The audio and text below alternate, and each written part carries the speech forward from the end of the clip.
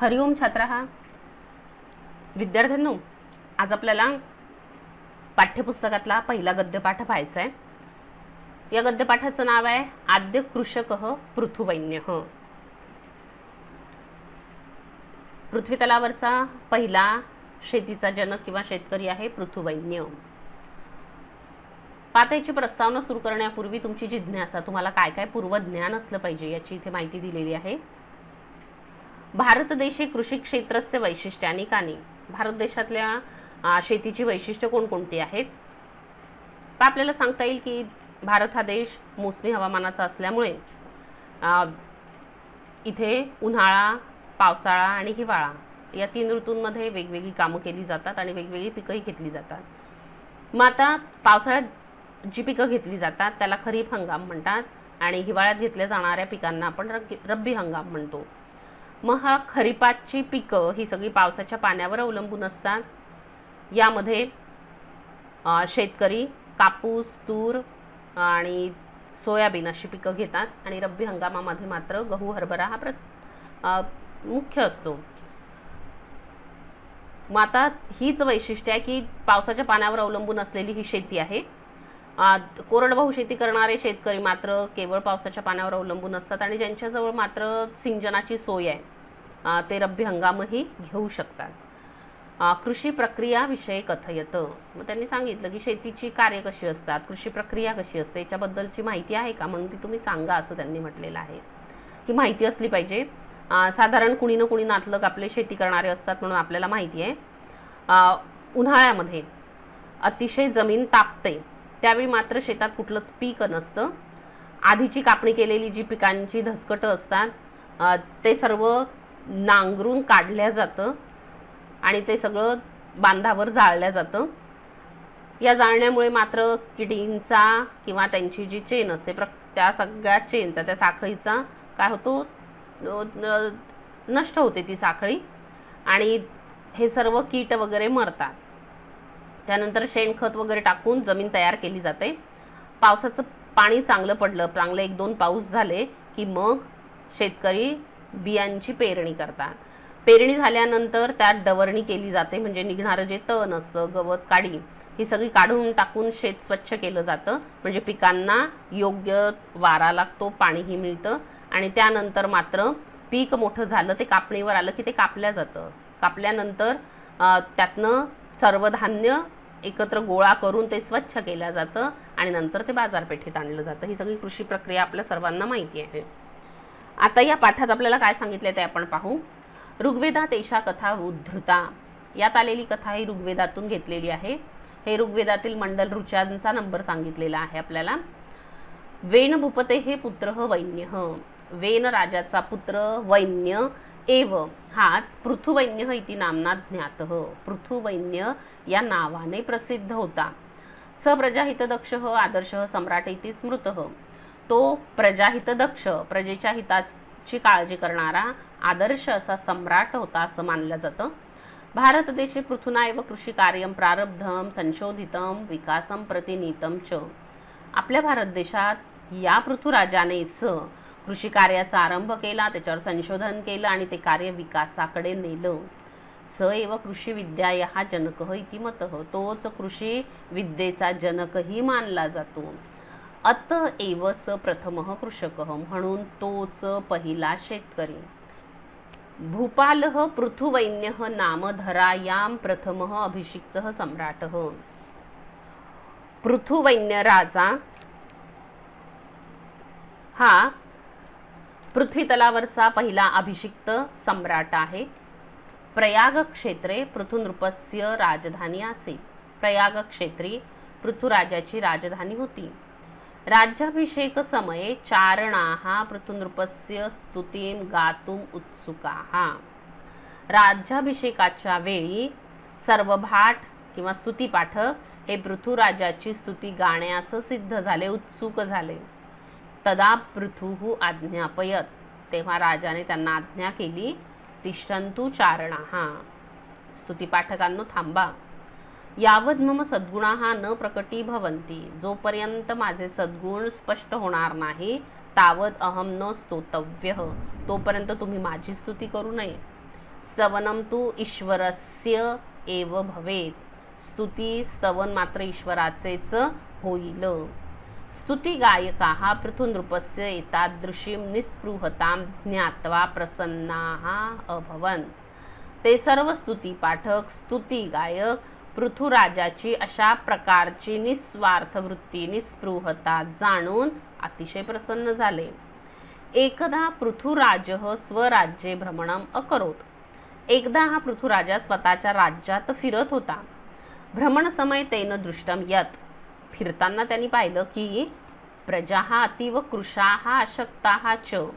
आपली प्रजा अतिशय कृश आणि अशक्त झालेली आहे. ताः प्रजाः पशुवत जीवन्ति. ती प्रजा पशुप्रमाणे जीवन जगत आहे. निकृष्टान्नं खादती. निकृष्ट प्रतीचं अन्न खात आहे. तद् दृष्ट्वा राजा चिंताकुलः जातः. ते पाहून राजा अतिशय व्याकुळ झाला. तदा पुरोहितः अवदत्. तेव्हा पुरोहित म्हणाले, हे राजन, हे राजा, धनधान्यानि सर्वं वस्तुजातं वस्तुतः वसुंधरायाः उदरे एव वर्तते. हे राजा, धनधान्यादी या सर्व वस्तू खरं पाहता पृथ्वीच्या पोटातच आहेत. तत्प्राप्तुं यतस्व. त्या सर्व मिळवण्यासाठी तू प्रयत्न कर. तदा पृथुभूपेन तदर्थं धनुः सज्जीकृतं. त्यावेळी पृथुराजाने त्यासाठी, त्या वस्तू मिळवण्यासाठी आपलं धनुष्य सज्ज केलं. तदा भूमिः स्त्रीरूपं धृत्वा तस्य पुरतः प्रकटिताः अभवत् अवदच्च.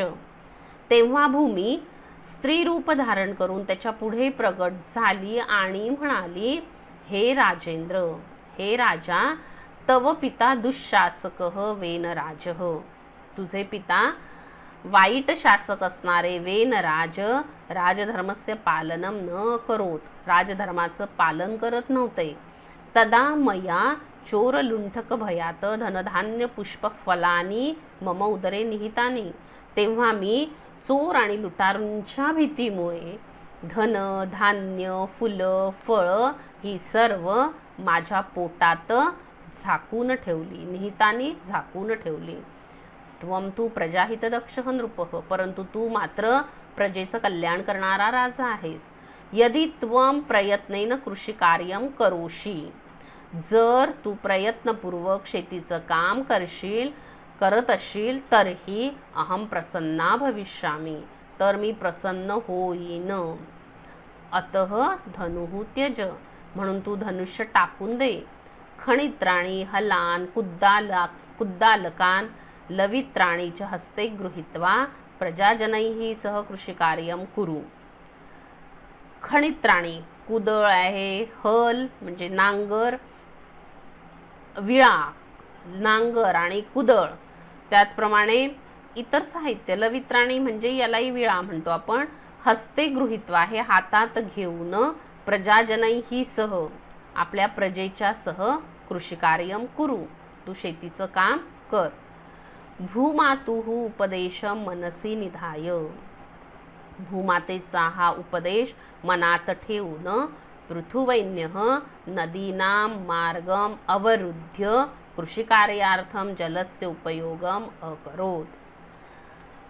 जमिनीचा किंवा भूमातेचा उपदेश मनात ठेवून पृथुवैन्याने नदींचा मार्ग अडवून कृषीच्या कार्यासाठी पाण्याचा उपयोग केला. बंधारे बांधले, धरणं बांधली म्हणून अडवून कृषी कार्यासाठी या पाण्याचा उपयोग केला. वृष्टी जल संचयम कृत्वा. पावसाच्या पाण्याचा साठा करून जलव्यवस्थापनम अकरोत. पाण्याचं व्यवस्थापनही केलं. त्या काळी त्या राजाने पावसाचं पाणी साठवलं म्हणून वृष्टी जल संचयम, पावसाच्या पाण्याचा साठा करून जलव्यवस्थापनही त्यांनी केलं. भूमी उर्वरतराम कर्तुम प्रायतत. जमिनीला अधिक सुपीक करण्याचा त्याने प्रयत्न केला. तदनंतरम तस्मिन क्षेत्रे जनाः धान्य बीजानी अवपन. या क्रियेनंतर त्यानंतर त्या शेतामध्ये लोकांनी धान्याची बीज पेरली. सह नैकेभ्यः वृक्षेभ्यः विविध प्रकारकानां बीजानां संकलनं चयनं च परिश्रमेण अकरोत.